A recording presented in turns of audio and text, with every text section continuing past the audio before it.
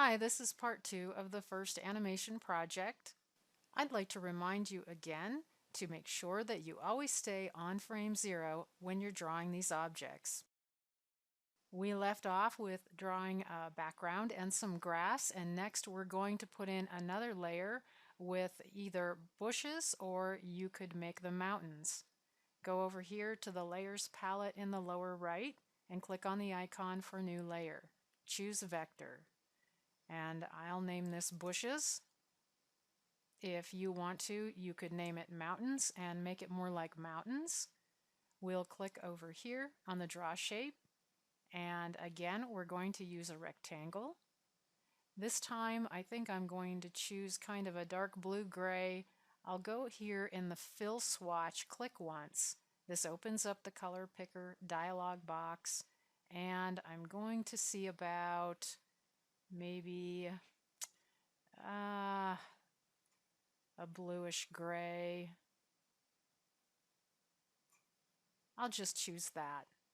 You can pick whatever color you want to, but keep in mind this is supposed to be a nighttime scene, so we don't want the colors to be too vivid.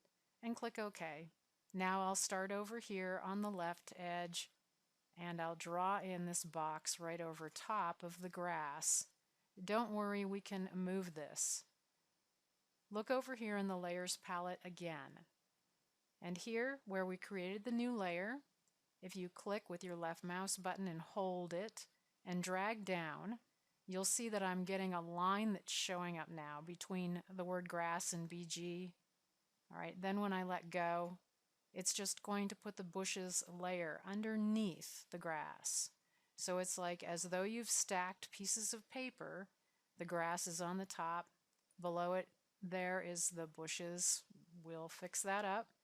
And the background is the layer on the very bottom or the furthest back. Okay? Once again, go back over here and click once on bushes to activate that layer. Very important. Next, over to the tools. Again, we're going to add points. So click on the Add Points icon.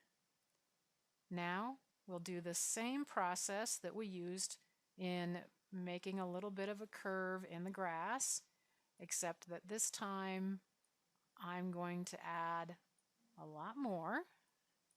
Okay. And I'm just moving a little ways, clicking, holding the left mouse button, pushing up, pulling down. Remember that you do need to find that dot that appears and almost wants to magnetically attach to the edge right before you hold down the left mouse button. And see, I made a mistake right there. Let me zoom in so you can see what I did. All right, it didn't get attached, so I can just click on, hold down Control and then Z, all right, to undo, which is the same as going up here, Edit, Undo. There, and let me zoom back out. In fact, here, I'll go down here to the Zoom tool and click once, and you can see if you ever need to do this, there are different ways to zoom. You can use the mouse wheel.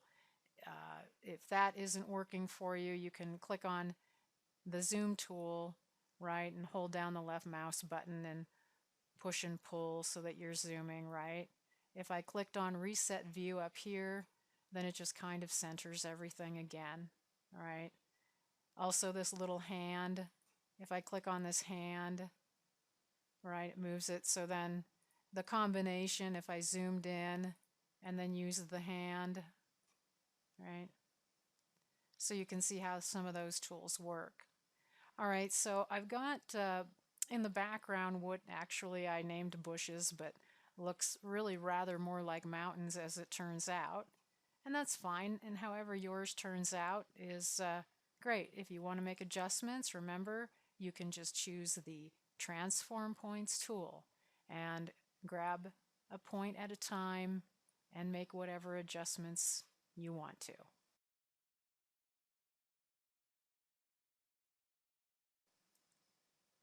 Anytime you want to see how your drawing or your animation is shaping up, you can render out a single frame. All right, if you go up to File and then Preview, which is also the same as Control R, on a PC. I believe it would be Command R on a Mac. All right, then you get a single frame rendered out. You can do this anytime during your process to get a better sense of how this is actually going to look once you render the animation.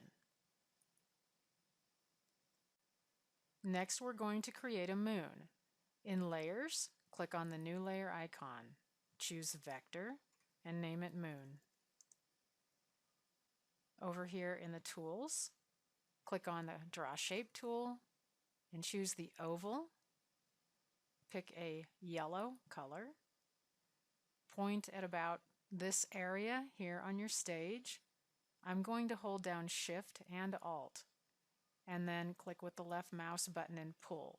Right, this will draw a perfect circle and from center. Now we're going to apply an effect to this. So we'll go over here to Tools and underneath the word Fill, click on Select Shape. Click once over top of the moon. The checkerboard appears, letting us know that the shape is active, so we can apply effects such as changing the color. Okay. First off, we don't want a stroke line around the moon. So here underneath Style, we're going to uncheck Stroke. That's going to remove the black outline. Next, we're going to apply an effect. So right next to the word effect, click on the drop down and choose Soft Edge. All right, you can see a preview of that softening of the edge. And here in this field, you can change this number. All right, you can use your mouse wheel, and if you do click in here and wheel your mouse, the mouse wheel around, you can see the changes occurring. But let's just try a 3. So I'm selecting everything there, and I'll replace it with a 3 and click OK. Now we have to render out a single frame in order to see what this blurring will look like. So I'm going to use Control R on my keyboard. All right, so you can see that the moon is just ever so slightly blurry. All right, I'm going to leave it just like that. I'll pause now and continue the lesson in the next video.